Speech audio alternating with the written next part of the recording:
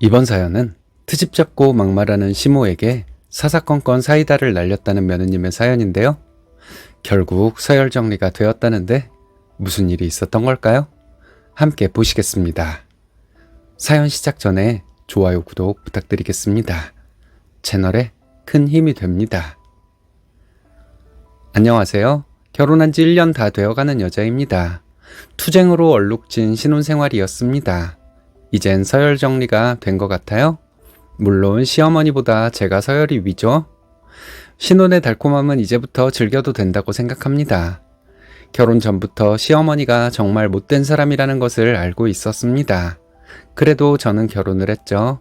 그만큼 남편을 사랑했습니다. 제가 남편을 사랑하는 마음도 컸지만 남편은 저 없으면 안 될 것 같은 남자였거든요. 저의 보호 본능과 모성애를 불러일으키면서 매력적인 남자가 제 남편입니다. 저는 어렸을 때부터 저희 엄마가 할머니와 고모들 때문에 괴로워하는 모습을 보고 자랐습니다. 제가 중학생이 되었을 때 아빠가 눈이 돌아가서 할머니 앞에서 고모들을 두들겨 패는 장면을 목격하게 되었어요. 커서 생각해보니 아빠는 할머니와 고모들 편이었습니다. 엄마도 성격이 보통이 아닌데 어떻게 참고 살았는지 모르겠네요.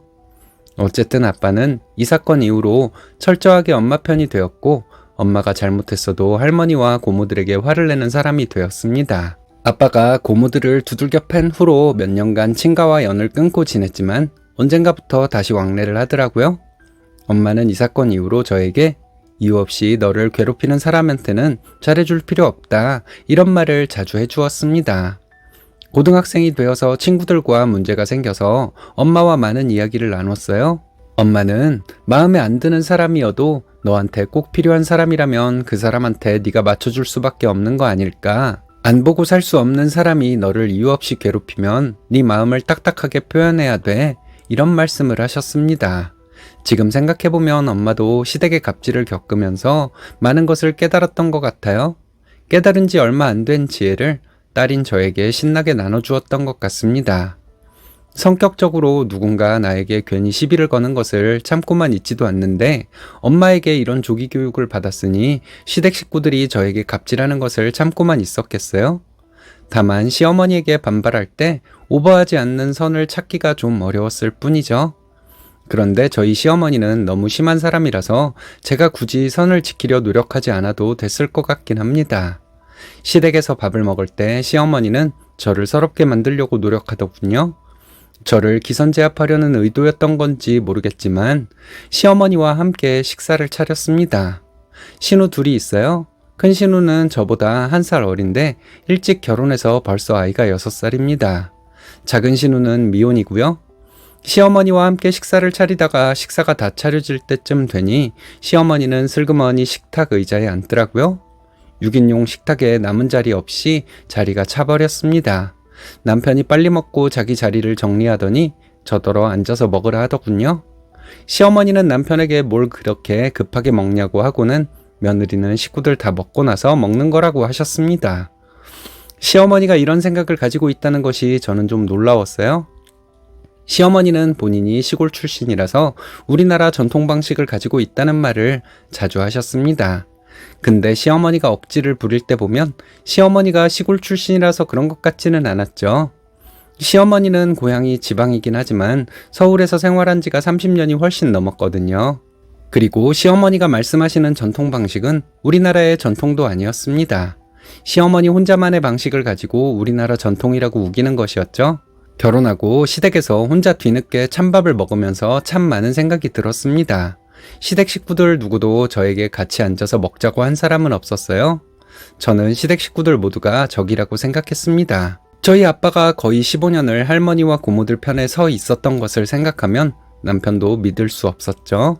결혼하고 두 번째 시댁에 방문했을 때였습니다. 저희는 시댁 근처에 있는 예식장에서 지인 결혼식에 갔다가 시댁에 들렀습니다. 축의금과 식사가 없는 결혼식이었기 때문에 저희는 시댁에 가서 밥을 먹으려고 했어요. 시어머니와 함께 식탁에 반찬을 놓았는데 시어머니는 저더러 앉으라 하더군요. 그리고 시어머니는 남편과 제 앞에 밥과 국을 놓아주셨습니다. 그런데 제 밥은 찬밥이었어요. 남편의 밥에서는 김이 모락모락 나고 있고요. 저는 남편의 밥과 제 밥을 바꿨습니다.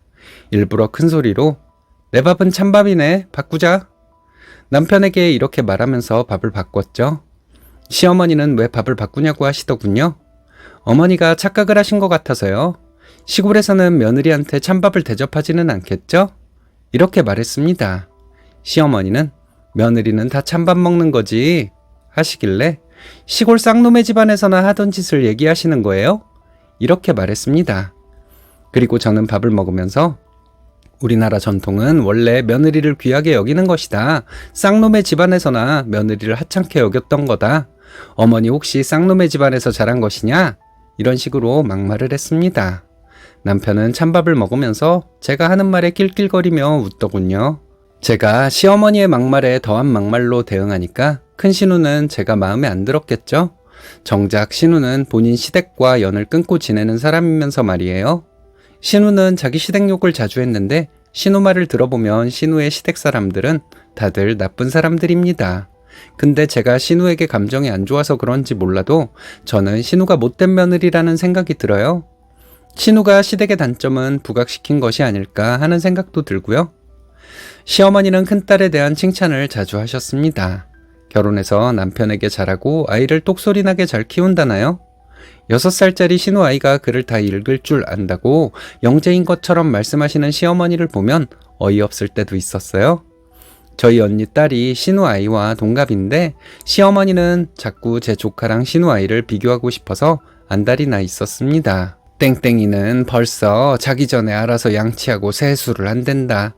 너네 언니 딸도 그러니? 이런 식으로 얘기하면서 자꾸 저희 언니 딸을 깎아내리려고 하길래 한 번은 둘 다 제 사랑하는 조카인데 저는 사소한 거 가지고 비교하고 싶지 않아요. 이렇게 대꾸했어요. 시조카도 조카고 친정조카도 조카예요, 어머니.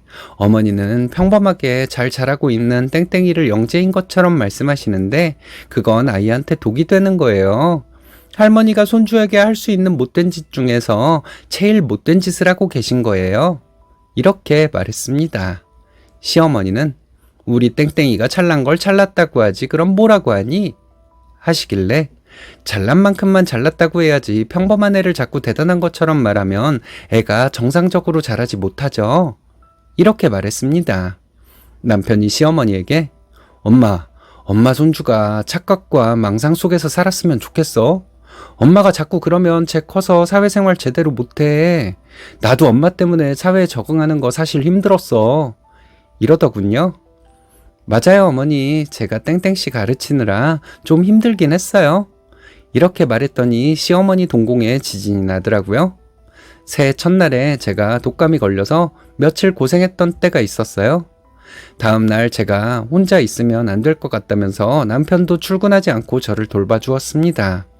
제가 아프다는 얘기를 듣고 시어머니가 저희 집에 오셨더라고요. 시어머니가 나를 걱정하기도 하시는구나 하고 생각했는데 그게 아니더라고요.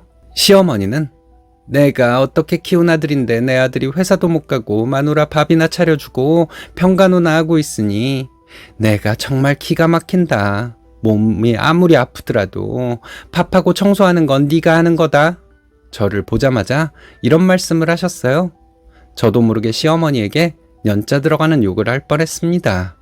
편도선이 많이 부어서 말도 못하겠고 온몸이 아파서 시어머니에게 무슨 말도 못하겠더라고요. 그래서 방에 틀어박혀 있었습니다. 그리고 며칠 후에 시어머니가 독감이 걸렸다는 말을 듣게 되었어요. 남편은 독감이 옮을 수도 있으니 시댁에 가지 말자고 했는데 제가 어떻게 그럴 수가 있냐면서 시댁에 갔습니다. 시어머니는 저를 보더니 불쌍한 표정을 짓더라고요. 설거지통에 설거지거리가 좀 있길래 어머니 아파도 설거지는 하셔야죠. 설마 어머니 아프시다고 아버님 시키시는 건 아니겠죠? 그렇게 하시면 외할머님 욕먹이는 거잖아요. 아프시더라도 얼른 설거지부터 하세요. 이렇게 말했습니다. 시어머니는 기운이 없는지 얼른 가라고 하시더라고요. 얼마 전에 시댁에 갔다가 남편이 저희 친정에 가서 보일러를 고쳐준 얘기를 하고 있었어요. 작은 신우는 오빠가 어렸을 때부터 고장난 거 고치려고 뜯어보고 하더니 이런 때 쓸모가 있다면서 웃더라고요. 남편은 자기 자신이 자랑스러웠는지 의기양양한 태도였습니다. 시어머니는 갑자기 한숨을 쉬더니 내가 어떻게 키운 아들인데 처가에 가서 몸종 노릇을 하니? 이게 말이 되니? 너네 부모님은 그걸 보고만 있든? 하고는 신세한탄을 하셨습니다. 한참 푸념을 늘어놓던 시어머니는 시아버지 시장하시겠다면서 얼른 밥을 차리자고 하셨습니다. 저희 엄마가 저를 어떻게 키웠는데 제가 시댁 사람들 밥을 차리고 하녀 노릇을 하겠어요? 이러고 남편에게 우린 집에 가는 길에 갈비탕 먹고 들어가자. 자기 얼마 전에 갈비탕 먹고 싶다고 했잖아. 했습니다. 제가 돈 아껴야 한다고 될 수 있으면 외식을 잘 안 하거든요. 남편이 그 며칠 전에 갈비탕 먹고 싶다고 했는데 집에서 대충 차려서 먹었습니다. 남편은 그래 하면서 좋아하더라고요. 시어머니는 너 그게 무슨 소리니? 며느리가 시댁에서 밥 차리는 건 당연한 거지? 하시길래 그건 시댁에서 집도 해주고 땅도 해줬을 때 얘기죠. 저희 엄마가 말은 안 해도 많이 속상해 하실 거예요.